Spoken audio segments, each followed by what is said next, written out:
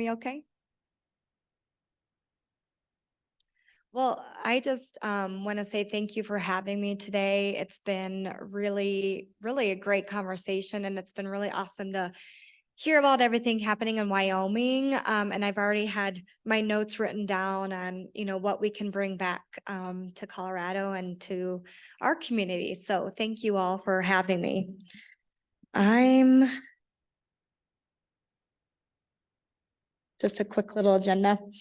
I'm going to hopefully get you guys, everyone just ate. I'm sure everyone's a little bit sluggish. So hopefully this presentation keeps you a little entertained. But my family and I, we went to Mount Rushmore last week. So we drove through Wyoming and just through this area. So I wanted to share a few pictures of my family.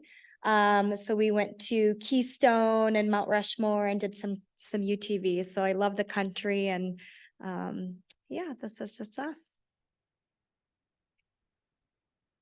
Here is also our wonderful navigation team, and I'll go into a little bit more of navigation. And I think it's so navigation and hearing you all speak. I mean, everyone in this room is really doing navigation in some sort of way. And I just think that's really awesome. And there's just so many resources. So I think this is a great opportunity to talk to you all. But this is our team here in Denver. We have 3 at the bottom on the left-hand corner are actually in Wichita, Kansas. So this is just for our division. We actually have 2 not pictured and 1 coming in July. So we really do focus on the complex tumor sites, head and neck, sarcoma, complex GI. We also do a lot of the more prevalent like colorectal, breast, and lung. So this is a fun little picture we had created. We have weekly calls with pictures. So we wanted to have a little fun. I thought it was fun to share.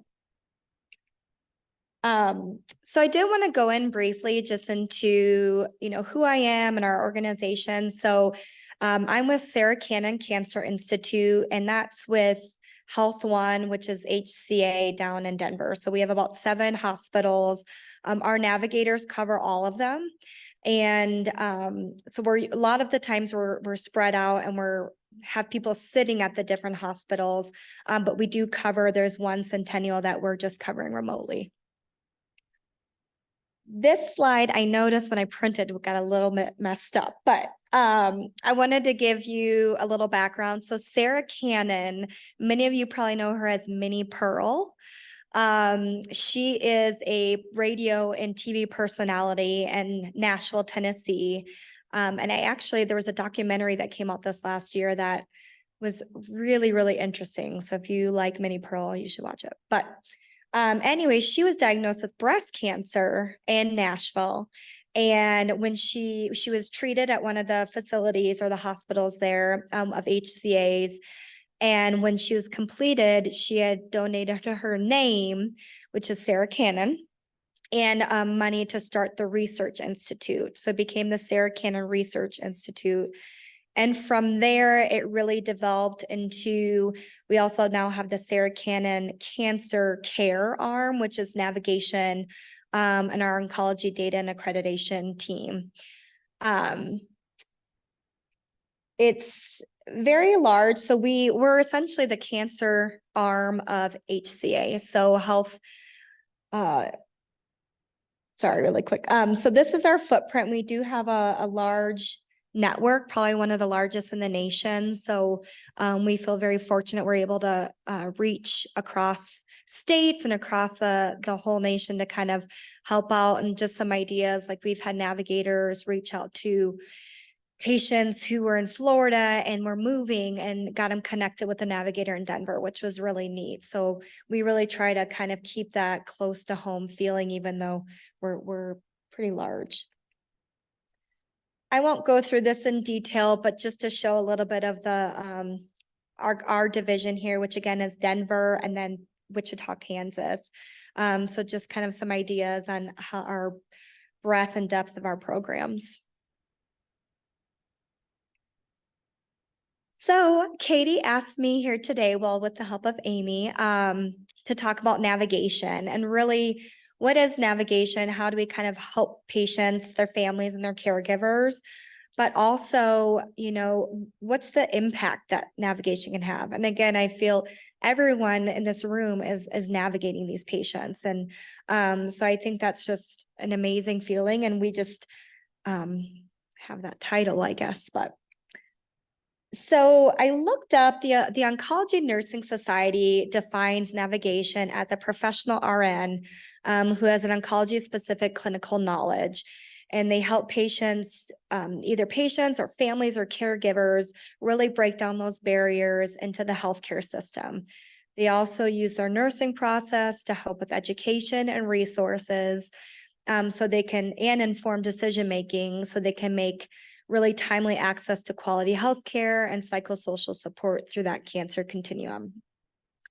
I've been in navigation now for 7 years, and I've heard navigators be called a lot of things, but some of it is a concierge service during your cancer journey, the glue that kind of holds it all together, and then even patients saying my best friend and my angel.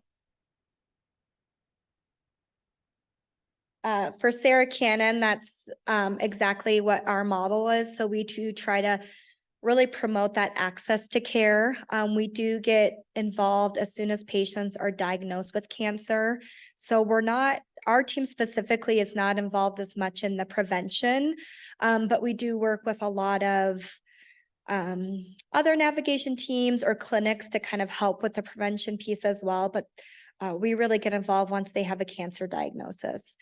And then our first goal is really to find out what's distressing them, what is bothering these patients.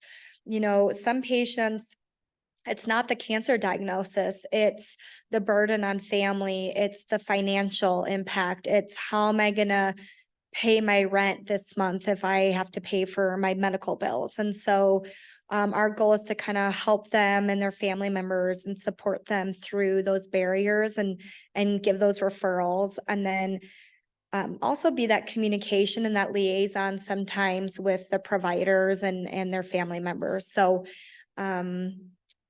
just kind of a little bit of what we do. I have a patient story coming too that I think kind of wraps it up really well.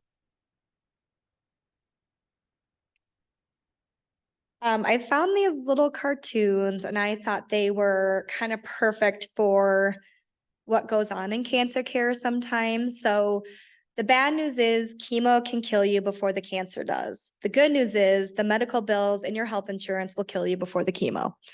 And for some people, that's could be very true. And, just like Dama and Cindy were talking about with this ocular melanoma patient, without insurance, she might not get care, and that's what's going to kill her, not the treatments or the lack of treatments, or it will be the lack of treatments because of insurance. The other little cartoon, just, patients don't fit into the nice little boxes. We wish every patient had, the perfect support system and the perfect providers and the perfect, access to healthcare. And it's just not true. And so everyone in this room and our navigation role is really to help as much as we can. I did want to share a patient story because I feel like that's one brings it all together and brings it home, but also just kind of why it's so important to have navigation. So Brianna is one of our GYN oncology nurse navigators. She's been a navigator for probably about 5 years now. And she works with our GYN oncology providers at Swedish Medical Center. And she had received a patient from Casper, Wyoming. The patient was diagnosed with, I don't know if I have it in there, but I believe it was vulvar cancer. And immediately the physicians got her involved and referred the patient to her because this was an elderly patient. She was 65. And she unfortunately was very concerned about, one, she couldn't drive. So she's wondering, how can I get down here to get treatment? To the, lodging, figuring out where to stay, how to pay for food, how to pay her medical bills. And so Brianna had reached out and, talked to the patient, got her story, and found that this woman, where could she help out? So American Cancer Society, we use them a lot sometimes with our grants and our lodging. And she was able to get a hotel set up for this patient. How it works with these GYN patients, if they're able, as we really try to coordinate their care in 1 week.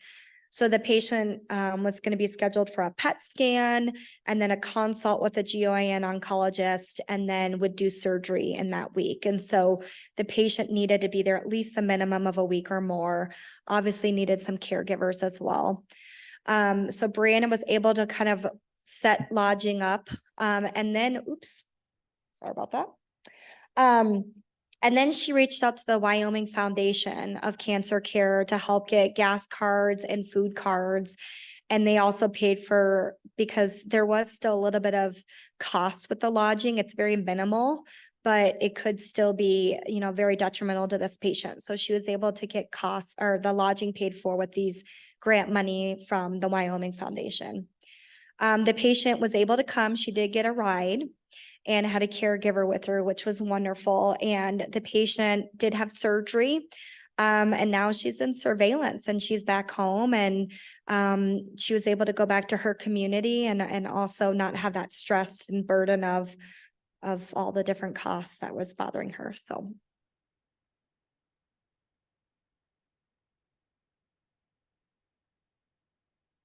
Just a little bit about our model of navigation is, again, we do get set up with patients once they have a positive diagnosis.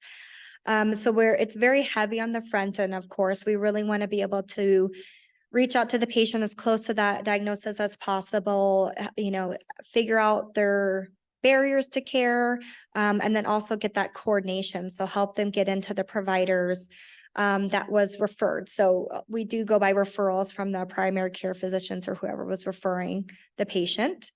And then we follow them through the continuum of care in that cancer journey. So focusing on those different pivotal kind of moments in their care. So pre and post surgery, if it's needed, radiation oncology, chemotherapy, and we follow them to either end of life, hospice, or survivorship. We would love to get a survivorship program going. We just right now aren't able to get that up, but due to bandwidth, kind of we have to pass patients off to their primary care providers once they're done with active treatment. That being said, we have a lot of patients who still continue to reach out, and of course, we'll help them through things. Again, our mission's up there. I won't read it, but I think, again, being that advocate for that patient during this really vulnerable time is our goal.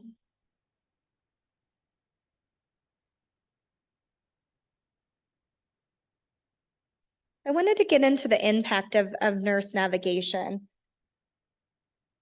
And before I did that, I think, again, the biggest barrier and the biggest thing we assess for is that distress. We do a distress assessment when we first meet the patient. And then we kind of follow, I'll show you next, the NCCN thermometer tool. And then we'll reassess at either a pivotal time in their cancer treatment, or if they score greater than 4, we do it every 30 days or more often, if needed, to kind of make sure that we're helping them throughout their continuum. We kind of, in here, I guess, or a little bit of the details of when we screen, but I just think it's really imperative. We try to provide that details to the providers as well, because sometimes they're not aware of everything that's going on either, and vice versa. We have a really collaborative team, so we're able to kind of share those results.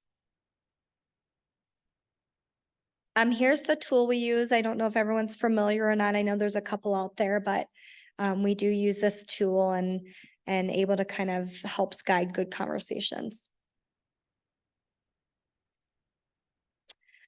So I wanted to go a little bit into the impact of navigation. And there was, when I was kind of doing my research, this is from our data. So we do have a software system. We're able to pull a little bit of data, but I wanted to just share overall, it was every research, AONN, which is the American Oncology Nurse Navigation group, and then Oncology Nursing Society. They all have a lot of information that says nurse navigation is really pivotal in helping patients and decrease those barriers. And so I did pull this.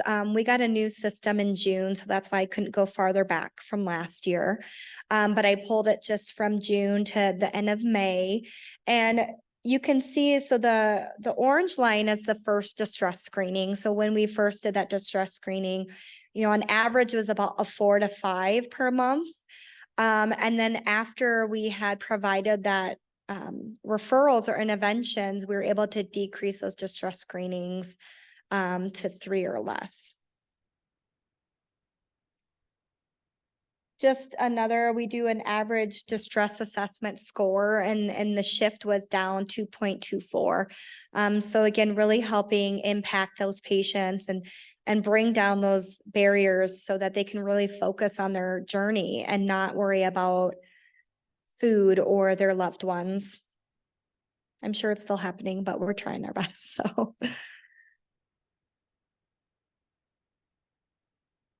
here's some of the top kind of barriers and referrals that we do, and it's not too detailed, but spiritual, which is a large kind of overarching type of barrier, but spiritual was our highest that when we assess patients.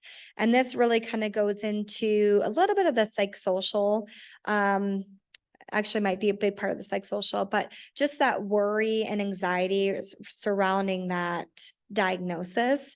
And so providing one as simple as education really helps bring that barrier down and that distress, but also we do connect patients to mental health support, support groups, which I 100% agree with you, Star. Like we need more support groups. At the end of the day, like these patients need a lot more support groups.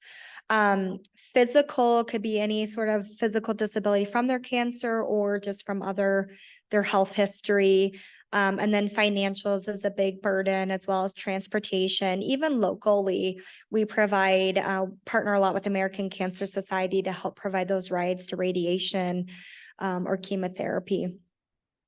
And then interpersonal, again, kind of that mental health or food and things like that. So there's a little bit of the referrals here. We do have a repository through a group called Wellness that we use with our patients. And so we're able to provide that, and it helps give all the local and national resources available.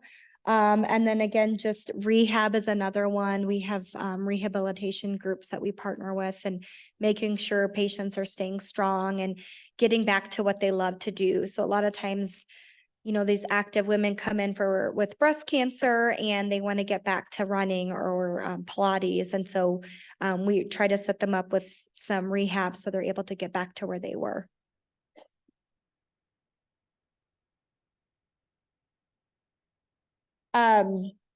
Timeliness is another large impact that navigation can play. So again, this is pulled from our local database. So it's not a large N right now. There's not a large denominator, but we did find from June to May, an average time between consult and first treatment is 26 days. I did find an article by the Academy of Oncology Nurse and Patient Navigators that they found that patients who had a navigator to support them, or just, a social worker or caregiver, it was 11 days shorter. So we were able to really play that impact into timeliness. And a part of that really is that coordination and grouping of appointments, or just that education. Sometimes patients don't understand, why am I getting additional testing done? And why would I need that MRI? And then they delay. And then again, the average time between diagnosis and first treatment was 47 days. And a big part of that, I know that number looks a little bit larger, but a big part of that is, again, that additional testing. This is all tumor sites that we navigate. So of course, breast compared to lung or GI is a little bit different, but.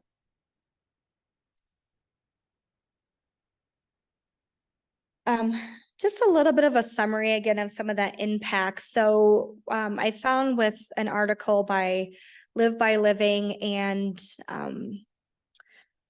not sure if I put it in here, a partnership. I think it was AONN again, the Academy of Oncology Nursing Navigation. But they had really found in their research that navigation can play a huge role in increased assessing for distress.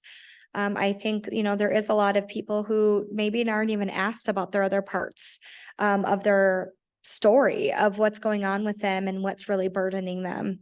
And then we all know that financials is a huge part of the cancer journey and a burden on these patients. And so they did find a decrease in that financial burden just to be connected with those resources or grants or things like that can help. Improving quality of life and care satisfaction was a big one, just feeling heard, feeling understood, a better understanding of their treatment plan, a decrease in missed follow-up appointments. So just understanding why we need to keep following up or what surveillance their plan is. Improved communication. They felt like if they couldn't get a hold of a provider or the clinic, then they can call their navigator and they know they'll get some answers. And then increase in that decision-making. So I know, I think her name was Catherine this morning. I talked a lot about that shared decision-making and informed decision-making. And I think it's really important. I don't think patients always understand what they need to do. And maybe sometimes we've had a lot of situations. And I was a breast cancer navigator for about 6 years. And patients would be like, well, if I had a mastectomy, why do I need chemo? Isn't it gone? Why would I need this again? And so just that education and understanding that, there could be minimally invasive disease we don't see, and, just explaining what's going on and why we're making those suggestions and recommendations. And then another big point was the decrease in readmission rates. So a lot of times if they had someone to call who can then escalate, they weren't showing up in the ER, which again is, we know that we're short-staffed all around with staff. And so like trying to help prevent those ER visits is crucial unless they really need it. I wanted to share another story. So Tara Baker, she was our head and neck cancer navigator.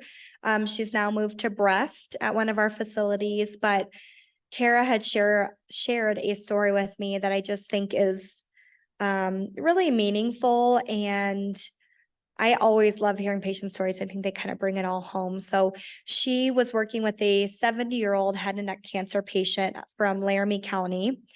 And the patient had been fighting his cancer and really was in need for palliative care.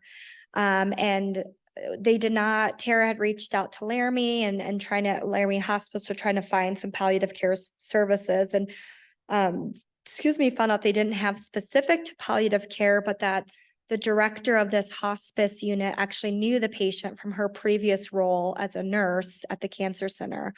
And was able to support this patient and work with Tara and the wife and the patient to kind of come up with a plan. There was a lot of collaboration and a lot of education. And eventually the patient from his palliative care services was transitioned to hospice. So the family was extremely grateful for all of her support and just that coordination of care. And the patient was able to pass peacefully. Once the patient had passed, Tara had received a letter from the wife just thanking her for just that end of life support, and that it really made everything a lot easier, and they felt really great about it. So just a little bit of, we could do anything from coordinating appointments, but also kind of that end of life support as well, and helping their family and caregivers. I think that's it. Does anyone have any questions or thoughts? I might have flown through that.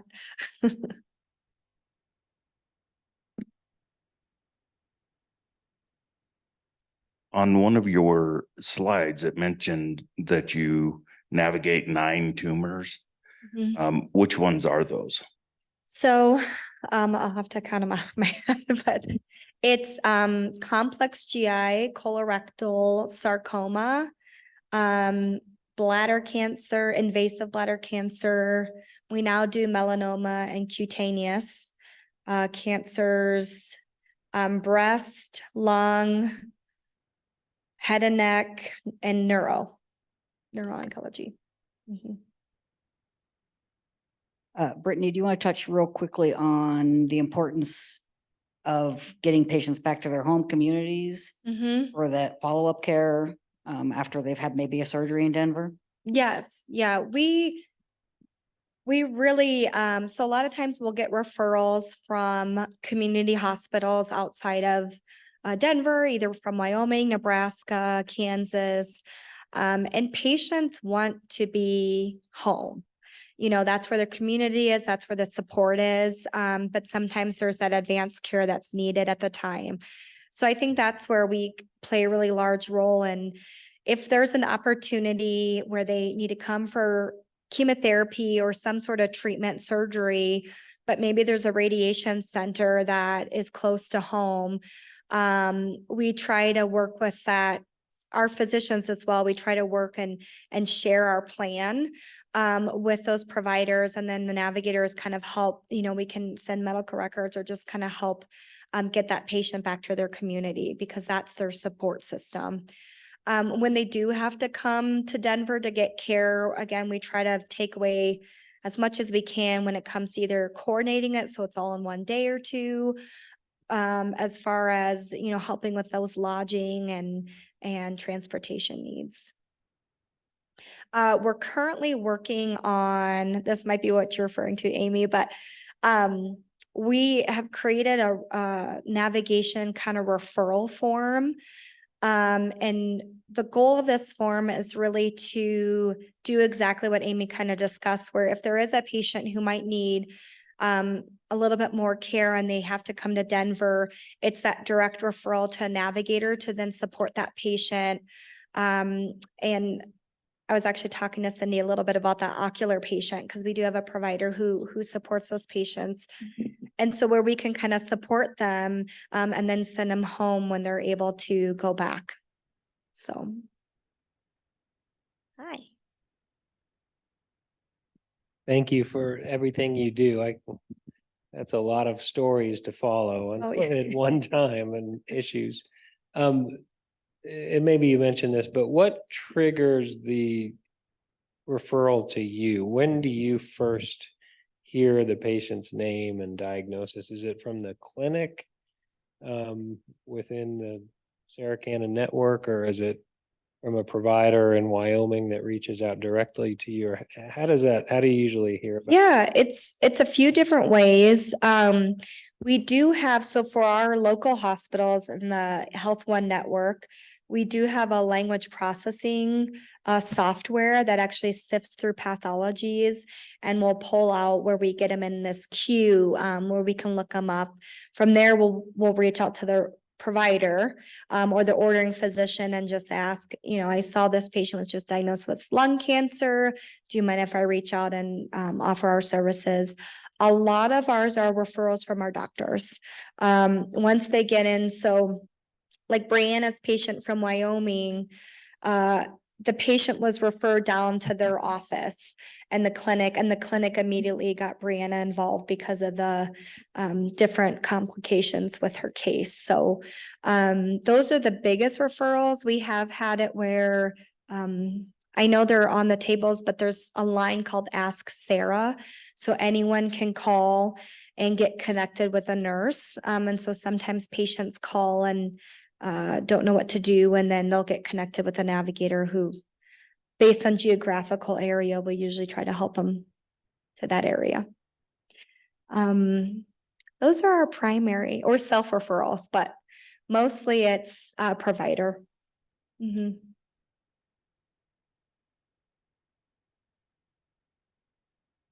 Okay. Well, thank you all very much. It's been a pleasure being here.